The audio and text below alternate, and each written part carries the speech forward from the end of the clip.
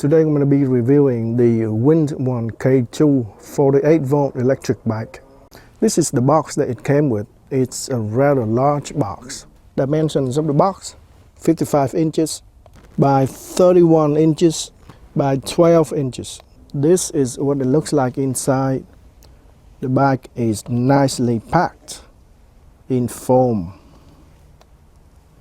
Very good packaging.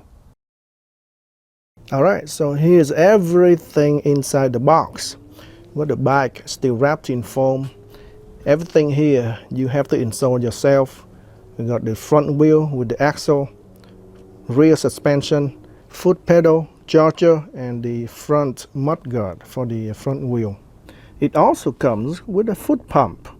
That is very cool.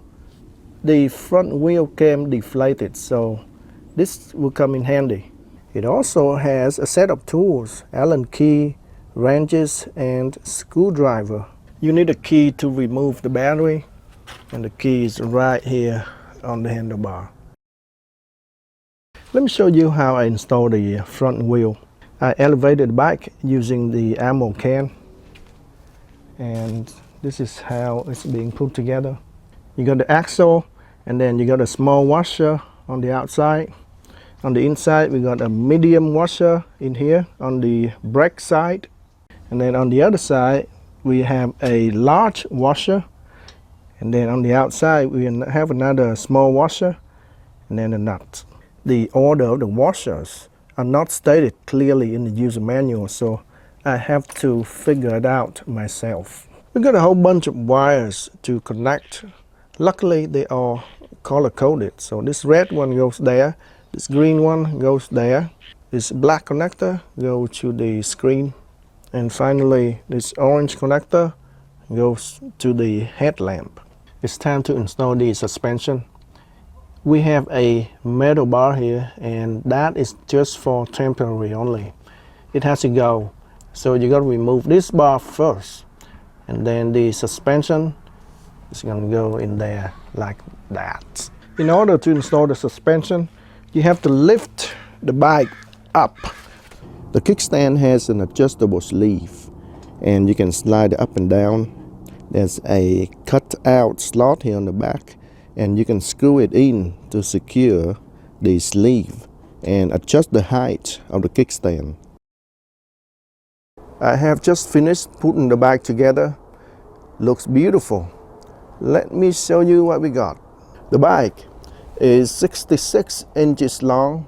The handlebar is 42 inches tall and it's not adjustable. The seat is 33 inches tall and it's also not adjustable.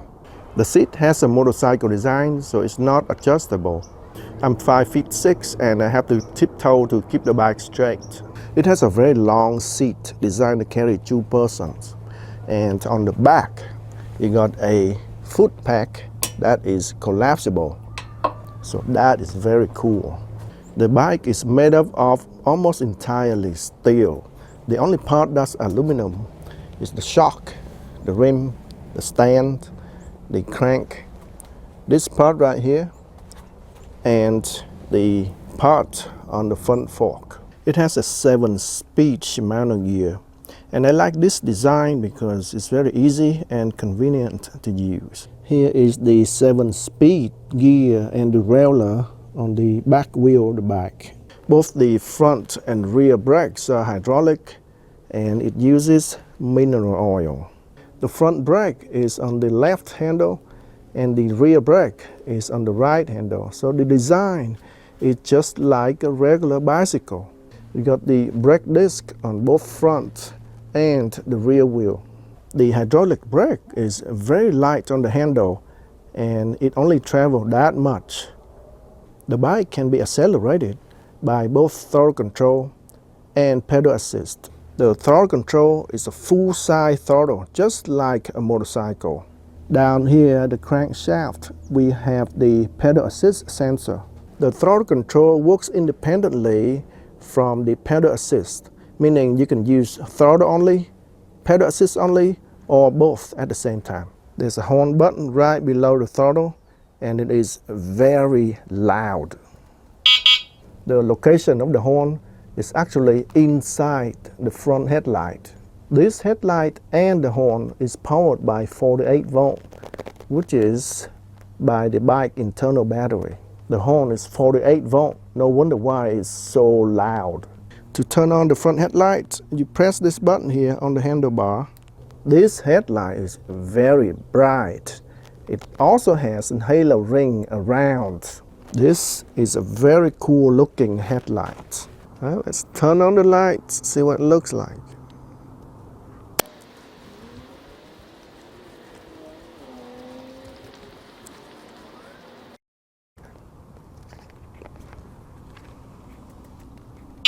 Wow.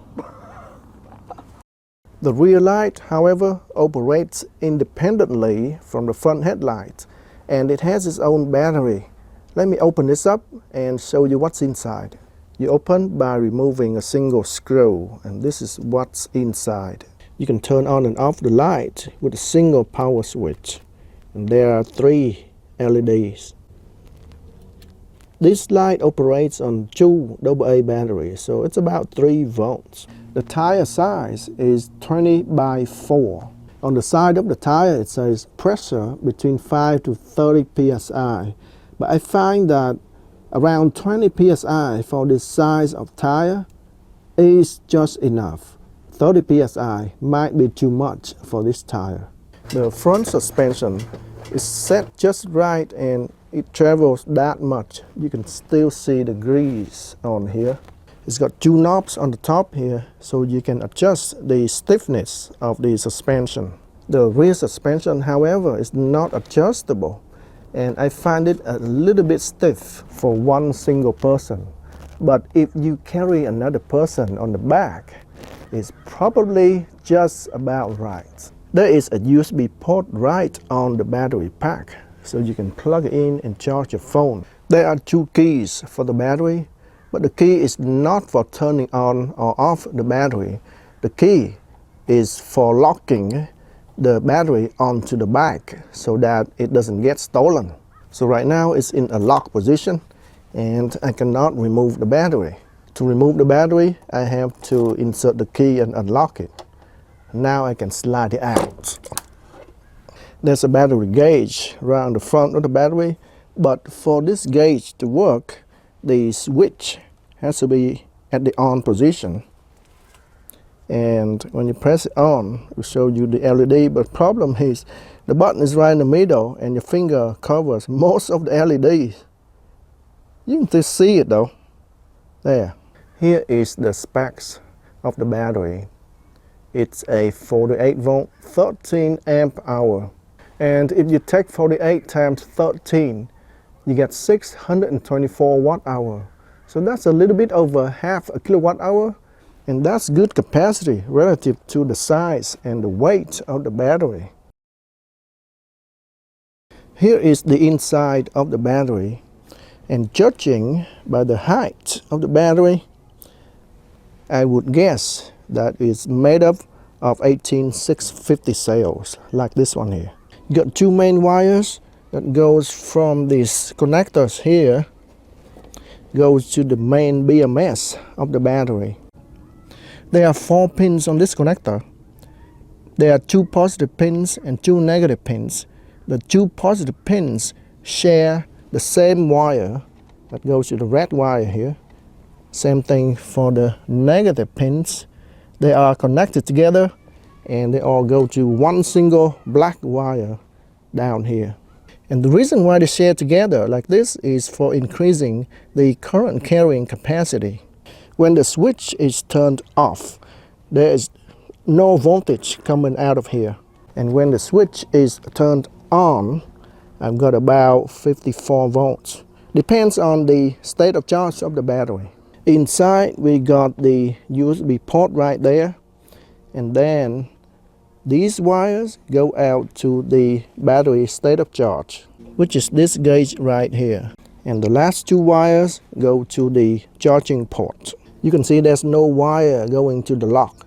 That means this lock is just a mechanical lock and it's not an electronic lock. For this bike, you have to have a lock and lock it down when you're riding the bike. If you don't lock it down and you let it open, every time you break, the battery will slide forward and it will fall out. Here's the charger for the battery, and the connector is just a regular barrel connector.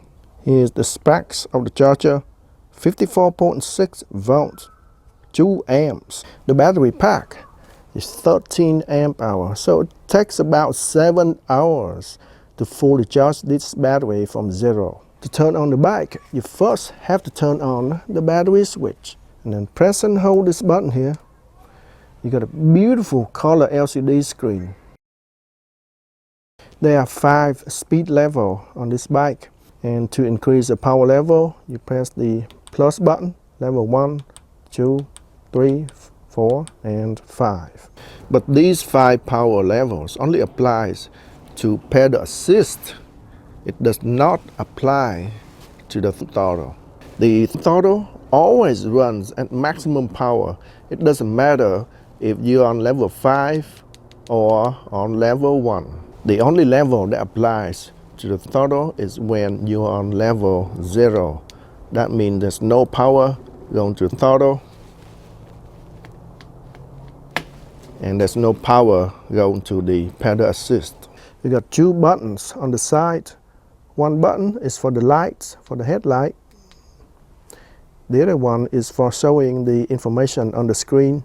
So if I press this button here, it will show the odometer, maximum speed, average speed, trip, and back to odometer. To reset the information on the screen, you press and hold the I button, which is this button on the side, and the negative button. It will reset the information you see on the screen. Just like a car, you cannot reset the odometer, right? On this bike, you can only reset the trip. So I'm on odometer, I press and hold these 2 buttons. It will reset, but that's for the trip only, not for the odometer. My odometer is still 1 mile. There is also a walk mode on this bike. If you press and hold this negative button, you see the person with the bicycle logo on the left side of the screen. This is for walking up a hill or up a ramp, and the maximum speed is 3.6 miles per hour. So it will help you walk the bike uphill. Release and it will turn off. The user interface on this screen is very user-friendly, intuitive, and easy to use. Alright, it's time to hit the trail and put the bike to the test. I have charged the battery to 100%. Now let's go ahead and reset the trip. There we go. I have a little baggage here I need to carry. This bike does not have a rack, but I found a place for it. Right here between the battery and the seats. Maximum speed test on throttle only. Wow, that's good acceleration there. 18, 19, 22, 25, 36, 28, 28 and a half, 28.8. That's pretty fast, and it accelerates very quickly too. 28.6. This is a pedal assist test, so it's going to be on pedal only, from speed 1 to speed 5. Here we go. Speed 1, maximum 10. Speed 2, 13. Speed 3, 17. Speed 4, 21. And speed 5, 27, 28, 28 miles per hour.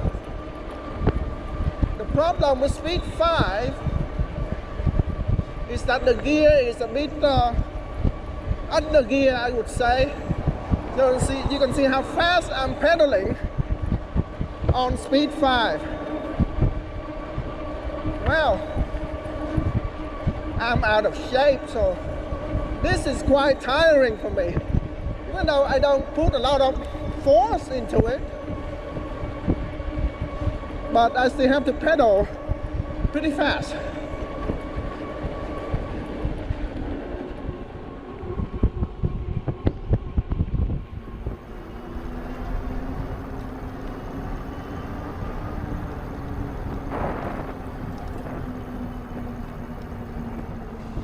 This is a very steep hill. I usually have trouble going up this hill by myself. Let's see how this bike can handle. Alright, let's try this steep hill.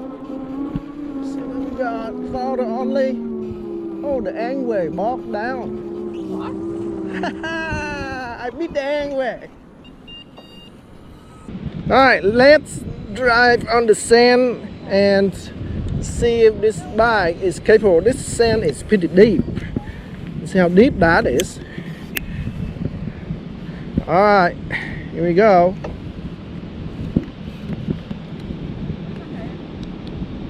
Alright, here we go. Oh, that's deep.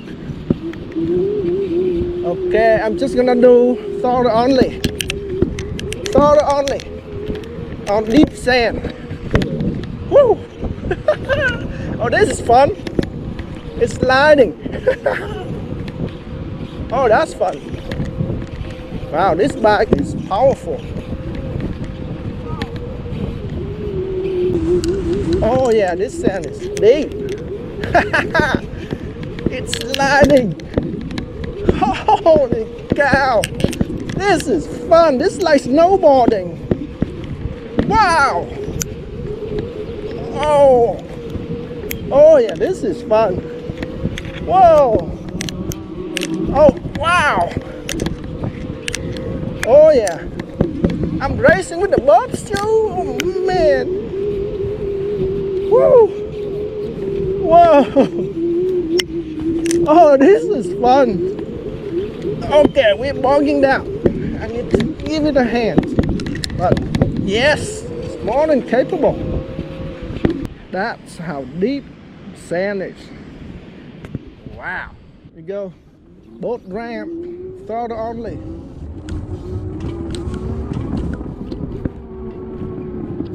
Oh yeah, just like that.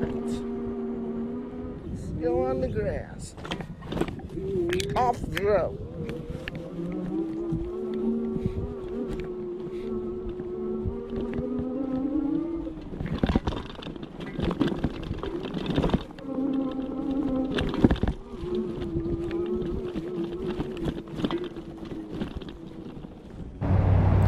This is a very steep and high abandoned freeway bridge. I'm gonna try and go on top of that one on throttle only.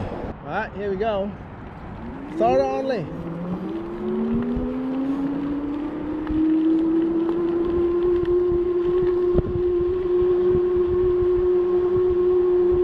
Oh yeah, nice and smooth.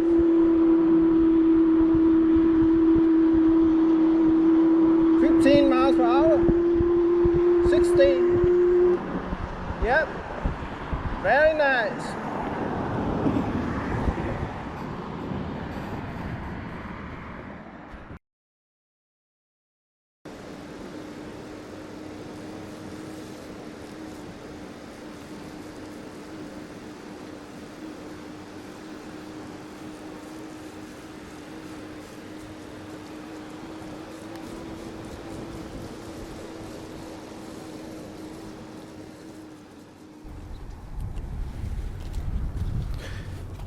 I have gone 14 miles.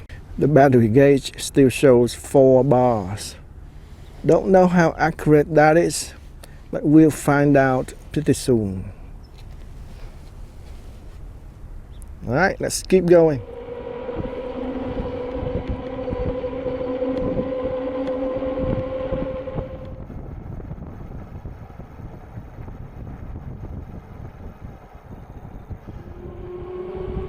We're at mile number 20 and we still have 3 bars.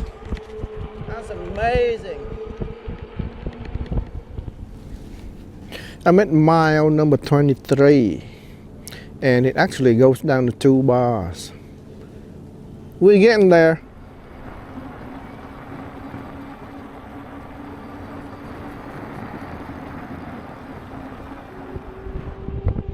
Mile 26. We're still going. We got 2 bars on the battery.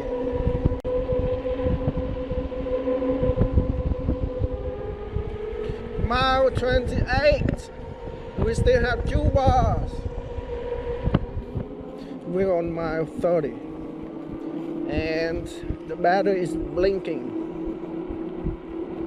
So at any moment now, see how long this will last from the time the battery blinks until it dies. Now maximum speed is only 18.6 miles per hour. I'm maxed out. Yep, it's slowing down, so I think it's getting there. Yep, it's very weak now.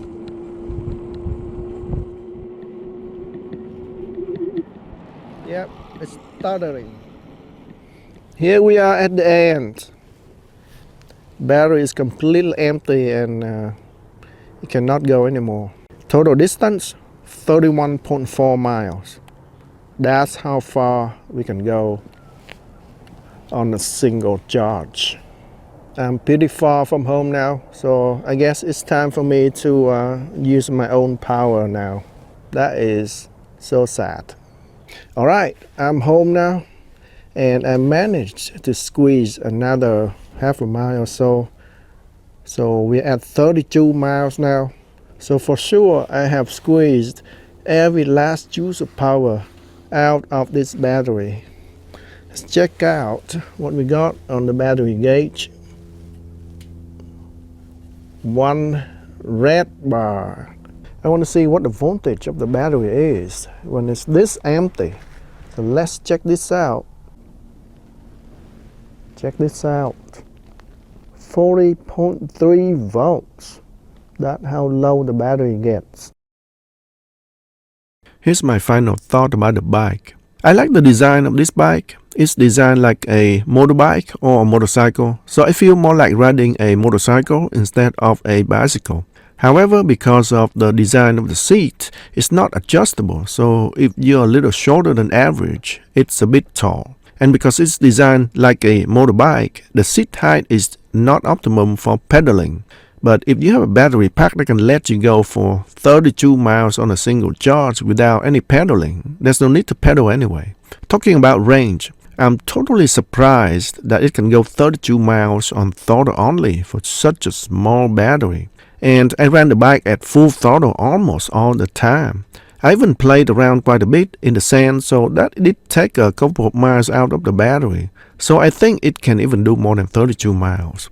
I have other e-bikes that have bigger batteries but can only do 25 miles per charge. If you also pedal and use a pedal assist mode on this bike, you can easily double that range to over 60 miles. So either it has some very good cells inside the battery that reflect its true capacity, or the bike design is more efficient, or a combination of both. The bike weighs 81 pounds, which is heavier than most e-bikes with aluminum frames, and that's because almost the entire bike is made of steel.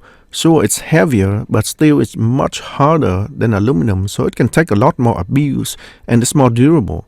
And also, it's designed to carry 2 people, so I think a steel frame is more appropriate for it. The motor is quite strong and capable. It can carry 2 people with ease. It runs through sand like a champ, while other e-bikes bog down in the sand. This bike is not foldable, so it's not compact, but I was able to fit it in my small hatchback. The trick to put this in is you've got to put the back of the bike in first. And then you've got to put this part of the bike in first, and then the wheel after.